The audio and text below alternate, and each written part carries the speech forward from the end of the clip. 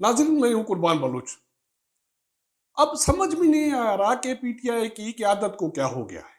कारकुन का जज्बाती होना, सियासी कारकुन का, बात समझ में आती है, लेकिन रहनुमा अगर अपना तवाज़ुन खो बैठे और सियासी अकल फहम को छोड़कर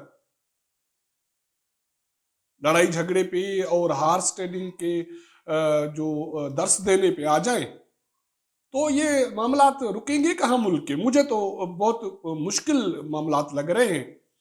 आज मैंने सोचा कि मैं अपनी जो मेरे नाजरीन हैं, जो मुझे सुनते भी हैं, उनसे भी आउटपुट लेना चाहिए, और मैं उम्मीद करता हूं कि आप अपने फीडबैक के ज़रिए मुझे आउटपुट देंगे कि अगर आखिर इनका पीटीआई की क़यादत का मसला क्या है, या पहले से ये ऐसे ही प्यादल थे, या अब हवास खो बैठे।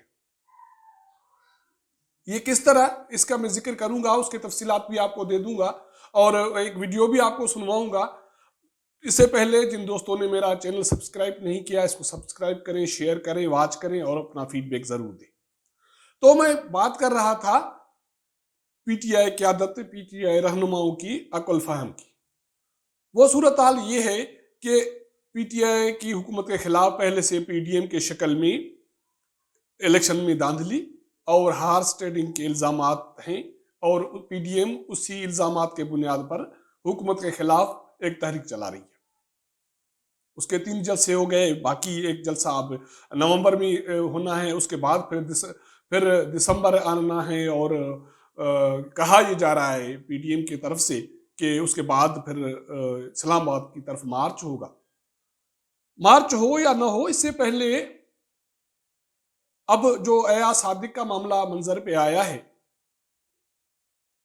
और उसके साथ साथ बाकी जो उससे पहले मियां नवाज शरीफ ने जो बयान दिया, उस पर हुकूमत पहले तपी हुई थी, और बाकी भी कुछ कुव्वतें तपी हुई थी। अब अयाज सादिक का बयान आया और एक बहाना बन गया। हालांकि अयाज सादिक ने जो बयान दिया है, उसके बाद जो फवाद चौधरी वफाकी वजीर कौमी असम्बली में आखिरी दिन जुमे के दिन बोले थे, वो भी कोई मुख्तलिफ नहीं बोले थे, लेकिन उस पर कोई मामलात कोई नहीं आए मंजर पे, ना कोई शोर हो रहा है। आज इन सब चीजों को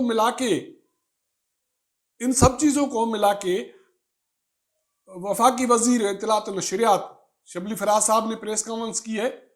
उसमें 2 चीजें थी। एक ये था, रोना धोना था कि हम आए तो मुल्क की मईशत की क्या सूरत हाल थी, बाकी मामलात, कर्जे और उनके इंटरेस्ट रेट, उनकी किस्तें देना और करंट अकाउंट खसारा, क्या कुछ नहीं था मुल्क में, मसाइल के अंबार थे। एक ये रोना था। उसके बाद फिर उसने बजाय इसके कि हुकूमत को जब ये 2.5 साल होने वाले हैं, अपनी कारकर्दगी बताए कि हमने 2.5 सालों में क्या किया, वो जंप लगा के गए हैं अपोजिशन पे कि वो तो गद्दार हैं, और वो गद्दारी के सिवा कोई और काम करते ही नहीं है। और उसके साथ साथ इसने एक मैसेज दिया, और मेरे ख्याल में एक सियासी बंदे के लिए बहुत ये बुरा मैसेज है कि किसी सियासी जमात के रहनुमाओं को कहा जाए कि वो अपनी पार्टी को छोड़े, उससे गद्दारी करें और एक और जमात बना ले। ये तजुर्बात मुल्क में पहले भी हो चुके, मुशर्रफ दौर भी हो चुके, उसके बाद भी हुए, उससे पहले भी बहुत हुए। क्या उनके जो असरात हैं, उनके नताज हैं, कोई मस्बत निकले हैं? कतई तौर पे नहीं। और यही मसाइल हैं जिसकी वजह से मुल्क अब इस सूरत हाल में खड़ा है। तो पहले आइए सुनते हैं वफाकी वजीर शबली फराज साहब को कि वो अपोजिशन नहीं, उनका आजकल टारगेट मुस्लिम लीग नून है। उसने बात तो अपोजिशन की इकट्ठे की, लेकिन उसने पैगाम जो दिया है पार्टी छोड़ने का या नई पार्टी बनाने का, वो मुस्लिम लीग नून के रहनुमा को दिया है। आइए सुनते हैं वफाकी वजीर शबली फराज साहब। हमारी इंटेलिजेंस एजेंसीज़, हमारा फॉरेन ऑफिस, हमारी जितनी भी हुकूमत की इंटेलिजेंस की मशीनरी है, उन्होंने हर चीज़ पे नज़र रखी हुई है। जो मुलाकातें कर रहा है, जो चीज़ें भी कर रहा है, बिकॉज़ ख़ास तौर पे जो नवाज़ शरीफ हैं, उनका तो उन्होंने بالکل اپنے دوران حکومت بھی ہمیں یہ تاثر دیا گیا کہ انڈیا کے ساتھ کاروبار ہونا چاہیے، باقی جو ایشوز ہیں ان کو ہم بعد میں دیکھیں گے. تو کاروبار ہمیں پتہ ہے کہ انہوں نے اپنے ذاتی کاروبار کے لیے پاکستان کی فارن پالیسی کو ٹیلر کیا، اور اب بھی جب وہ یہ سمجھتے ہیں کہ ان کا پاکستان کی سیاست میں کوئی مستقبل نہیں ہے، وہ عدالتوں سے کنوکٹ بھی ہوئے ہیں، عدالتوں سے بھاگے بھی ہوئے ہیں.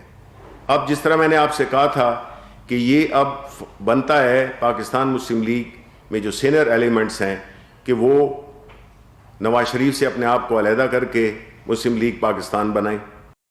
تو ناظرین، یہ آپ نے سنا وفاقی وزیر کو، وہ کہتے ہیں کہ بھائی پاکستان میاں نواز شریف، مریم نواز، بلاول بھٹو، زرداری صاحب، فضل الرحمان اور سارے قیادت یہ ملک کا سوچتے ہی نہیں ہیں.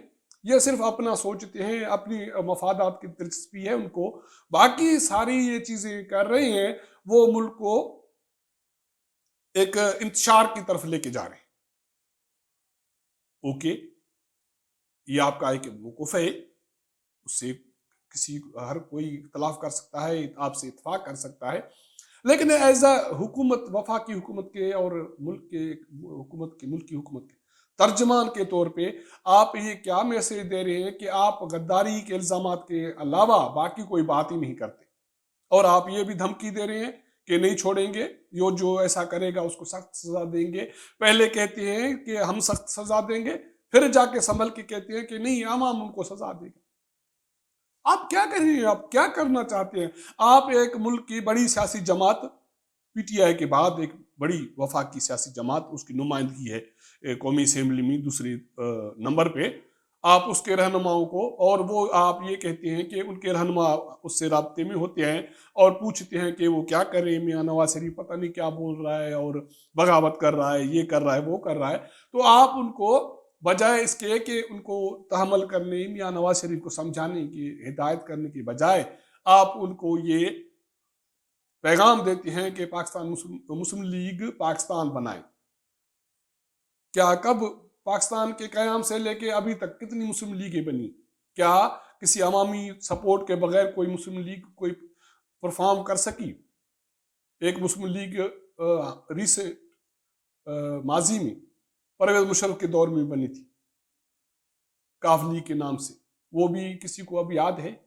پی پی پیٹریاٹ کسی کو یاد ہے؟ تو وفاقی وزیر صاحب، حکومتی ترجمان کے طور پہ آپ کو ہوش کے ناخن لینے چاہیے، اور ہر اس سیاستدان کو ہوش کو ناخن لینے چاہیے جو کسی بھی سیاستدان کو اپنی پارٹی سے، اپنی وفاداری سے، اپنی قیادت سے بغاوت کا درس دیتا ہے.